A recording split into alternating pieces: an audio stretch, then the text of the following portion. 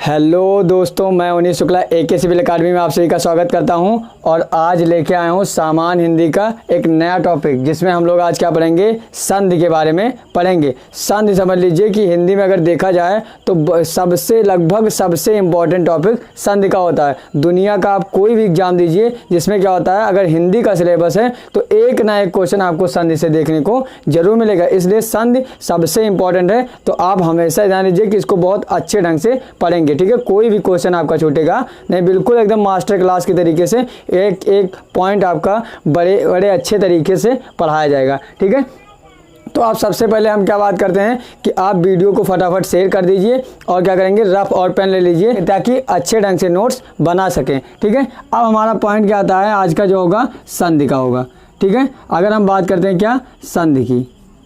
ठीक, समझिए, बार बार मैं क्वेश्चन यही करता हूँ कि वही करता हूँ, आज भी वही करूँगा कि संधि की क्या आवश्यकता पड़ी हमारे जीवन में, संधि की क्या आवश्यकता पड़ी, क्या कारण है जो हम संधि को पढ़ रहे हैं, ये आपको बताना है। जो कुछ भी नॉलेज होगी आपको, आप कमेंट बॉक्स में कमेंट अवश्य करिएगा। कुछ भी आप जानते हैं उसके बारे में कुछ भी कमेंट करिएगा। ठीक है, तो चलिए हम बात करते हैं संधि की। हम केवल इतना बात कहेंगे आपको, क्या कहेंगे, इतनी बात अगर हम केवल कहेंगे, क्या कहेंगे कि अगर संधि ना होती तो नए शब्द का निर्माण ना होता। जो आप नए शब्दों का निर्माण देख रहे हैं, सीधा सीधा मतलब यह है कि अगर संधि ना होती तो आज नए शब्दों का निर्माण संभव नहीं था। कैसे, अगर देखेंगे यहाँ पे बात क्या आती है कि वर्णों के मेल से, देखिएगा ध्यान से समझिएगा कि वर्णों के मेल से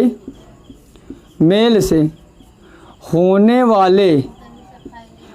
वाले विकार, देखिएगा होने वाले विकार, वर्णों के मेल से होने वाले विकार। विकार का मतलब क्या हो गया, परिवर्तन। ध्यान से समझिएगा।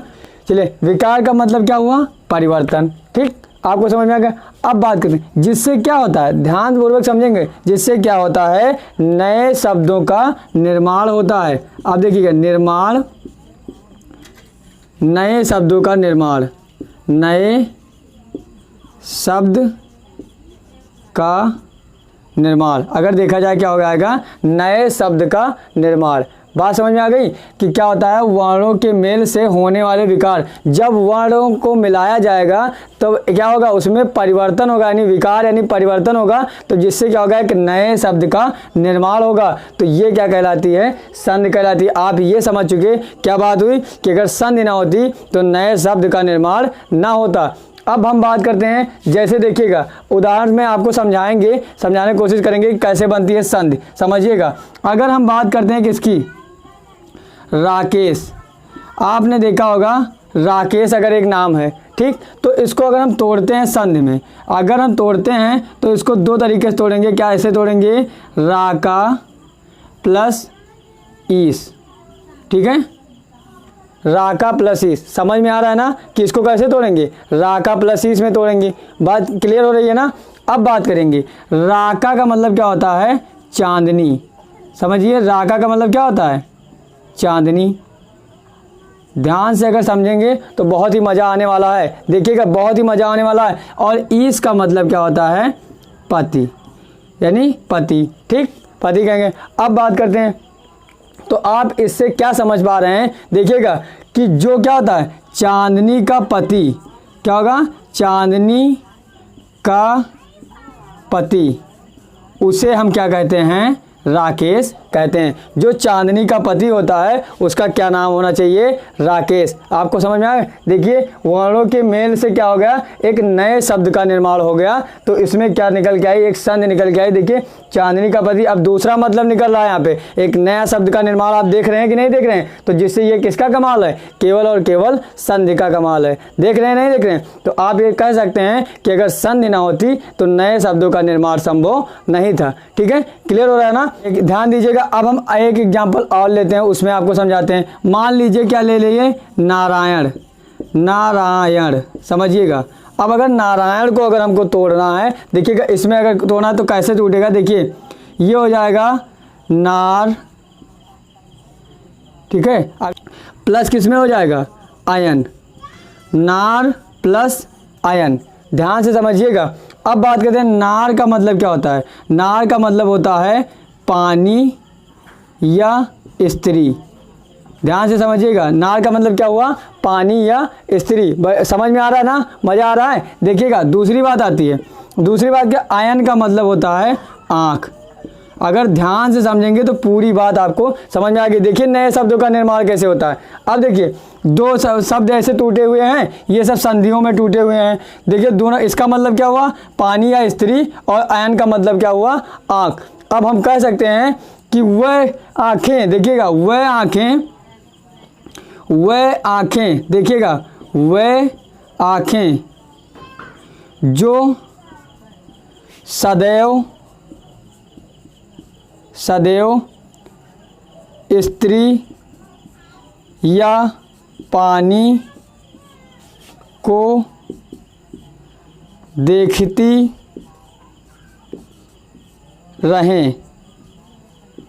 वह आँखें जो सदैव क्या हो, पानी या स्त्री को देखती रहें, तो उनको क्या कहा जाता है, नारायण। आपको पता है कि नारायण के सामने यानी विष्णु भगवान को क्या कहा जाता है, नारायण कहा जाता है। और उनके सामने क्या होते हैं, देवी जी बैठी रहती हैं, तो उसके और चारों तरफ क्या होता है, जल भरा रहता है। तो इस तरीके से क्या बताया गया कि नारायण, इसीलिए कहा गया कि नार का मतलब होता है पानी या स्त्री, और आयन का मतलब होता है आँख। तो इससे क्या हो, वह आँखें जो सदैव स्त्री या पानी को देखती रहे, उन्हें क्या कहा जाएगा, नारायण, अर्थात भगवान विष्णु को। देखिएगा अब इससे क्या हुआ, देखिए दोनों वर्ण जब मिले, यहाँ से देखिए वर्ण तो है, वर्णानी अक्षर, अक्षर जब मिल रहे हैं तब क्या हो रहा है, एक नए शब्द का निर्माण हो रहा है। और ये किसका कमाल है, केवल संधि का। अगर संधि ना होती तो क्या इनको जुड़ पाना, इनका मेल हो सकता था और परिवर्तन होकर एक नए शब्द का निर्माण हो सकता था, बिल्कुल भी संभव नहीं था। तो अर्थात हम फिर से कह रहे हैं कि अगर संधि ना होती तो नए शब्दों का निर्माण बिल्कुल संभव नहीं था। ठीक है, आपको संधि क्लियर हो गई। अब हम बात करते हैं संधि में स्थान की, कि संधियों को कैसे कैसे तोड़ा जाता है, इसके बारे में बात करते हैं। ठीक है, यहाँ तक क्लियर हो गए।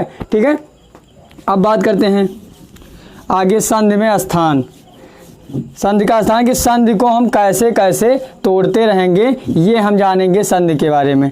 ठीक है, कि संधि को कैसे कैसे तोड़ा जा सकता है। ठीक है,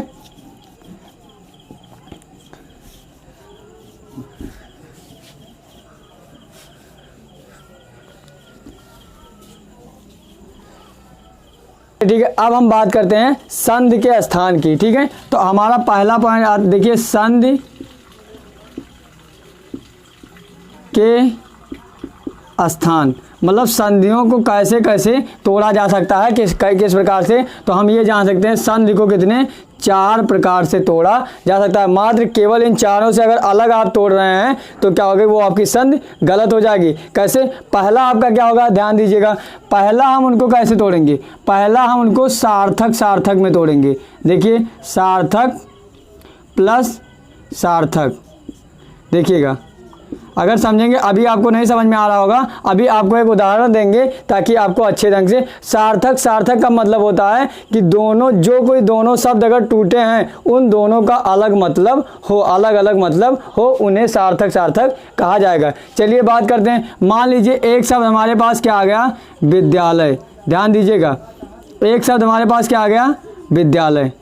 देखिएगा, ठीक, तो इसको हम सार्थक सार्थक में तोड़ रहे हैं। कैसे तोड़ेंगे, देखिएगा सार्थक सार्थक में तोड़ रहे हैं जब, तो ये हो गया एक विद्या। ठीक, अब देखिए विद्या और प्लस आलय। अगर आप इसे ढंग से समझेंगे, देखिएगा विद्या भी अपने आप में स्वतंत्र है, सार्थक शब्द है, विद्या का मतलब अलग है, और आलय का मतलब होता है क्या, घर, आवास, कुछ भी कर सकते हैं, घर, आवास, मकान।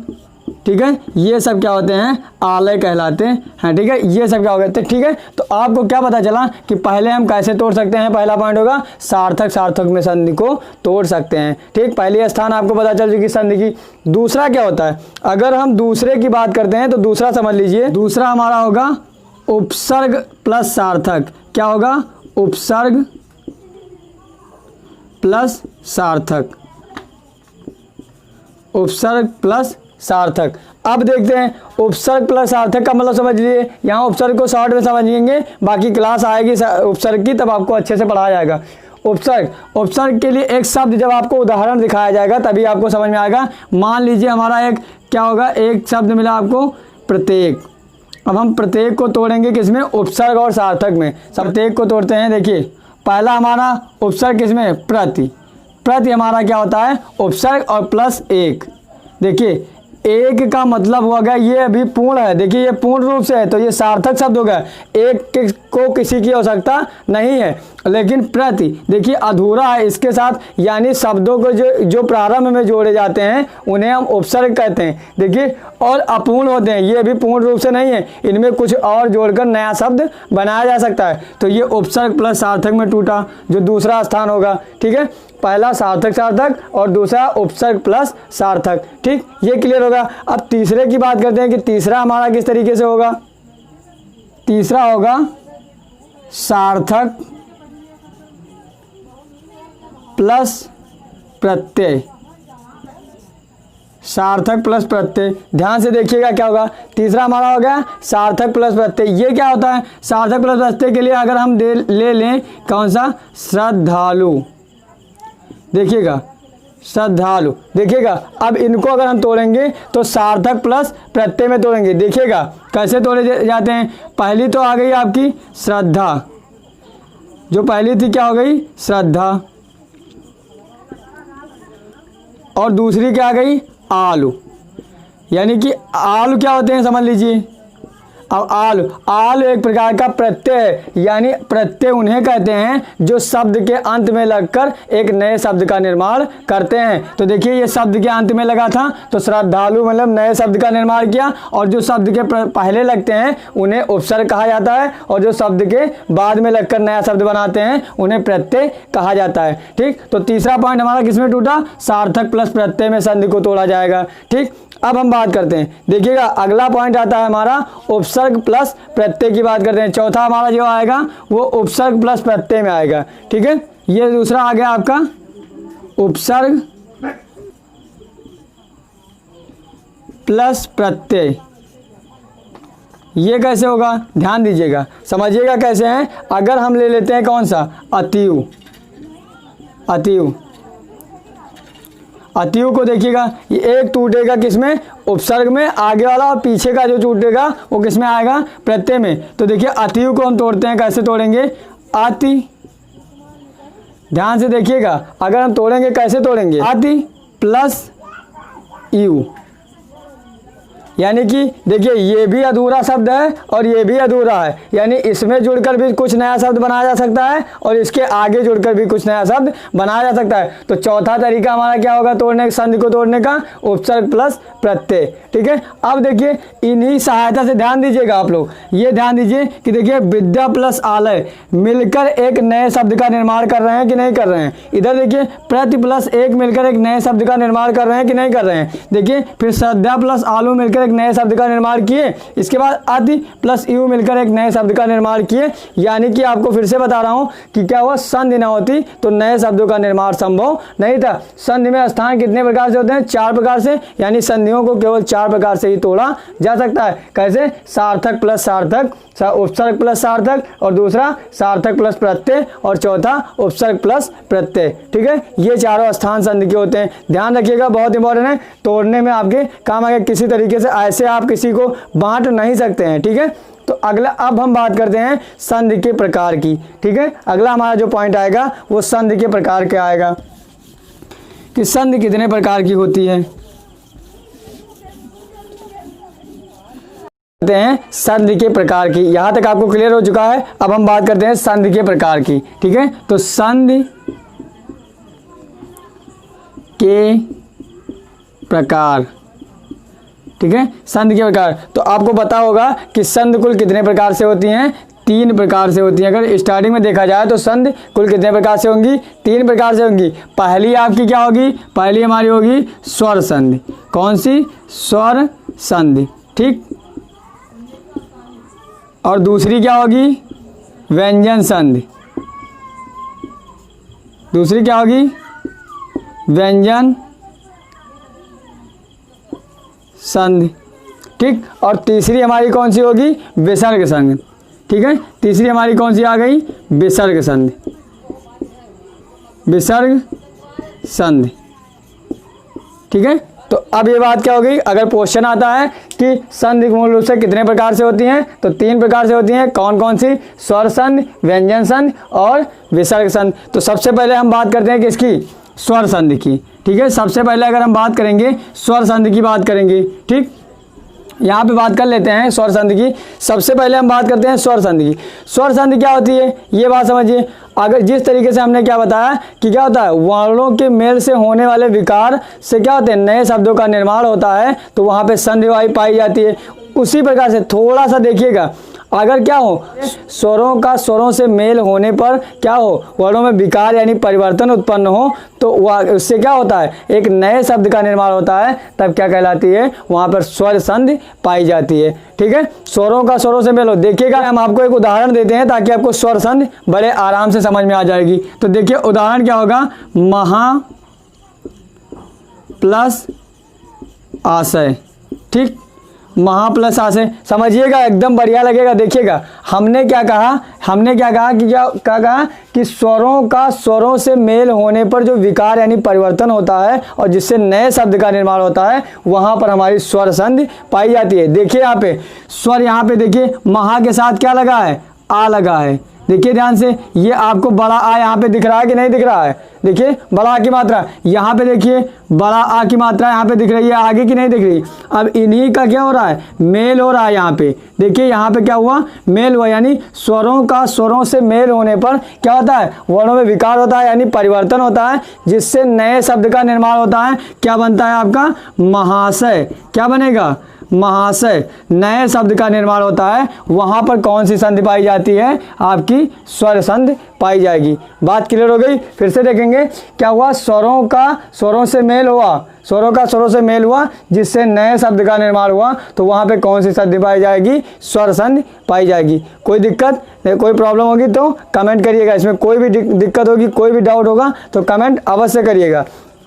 अब हम बात करते हैं स्वर संधि के भेद की। एक एक करके पढ़ेंगे, तो पहले स्वर संधि पढ़ लेते हैं, उसके बाद ये दोनों संधि पढ़ी जाएगी। तो आगे हमारा क्या आता है पॉइंट, कि अब बात करते हैं स्वर संधि के भेद की। समझिएगा, अगला पॉइंट हमारा आता है स्वर संधि के भेद। अब क्वेश्चन आ गया कि स्वर संधि के कुल कितने भेद होते हैं। अगर पूछा गया आपसे कि स्वर संधि के कुल कितने भेद होते हैं, समझिए, तो अब क्या आंसर देंगे, 5। क्या होंगे, कितने प्रकार से होंगे, 5। स्वर संधि के भेद 5 होते हैं। कैसे, उनके लिए हम आपको एक ट्रिक देते हैं, आप आराम से समझ लेंगे कि क्या होगी। ठीक है, ट्रिक समझिएगा।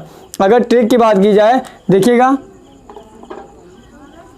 ट्रिक की बात, ट्रिक हमारी होगी दिगु व आय। ठीक है, अगर इन्हें याद रखेंगे तो आपको पांचों संधि के नाम बड़े आराम से याद हो सकते हैं। ट्रिक में, यानी दी से क्या होगी, दीर्घ संधि। ध्यान से समझिएगा, दीर्घ संधि। ठीक है, बढ़िया समझ में आ रहा है ना, मजा आया तो आप क्या करेंगे, लाइक करिए, कमेंट करिए, शेयर करिए, थोड़ा वीडियो को अधिक से अधिक शेयर करते रहिएगा। ठीक है, अब अगला क्या आता है, गुण से देखिए क्या आ गया, गुण संधि। गुण संधि। अगला क्या आता है, ध्यान दीजिए, वा से क्या आएगा, अगर बात करेंगे, अगर हम बात करते हैं वा से क्या आएगा, हमारा क्या बनेगा, वृद्ध संधि। वृद्ध संधि। ठीक, अगला देखिए, आ से क्या बन जाएगा, अयादि संधि। अयादि संधि। और फिर या से हमारा क्या बन जाएगा, यड़ संधि बन जाएगा।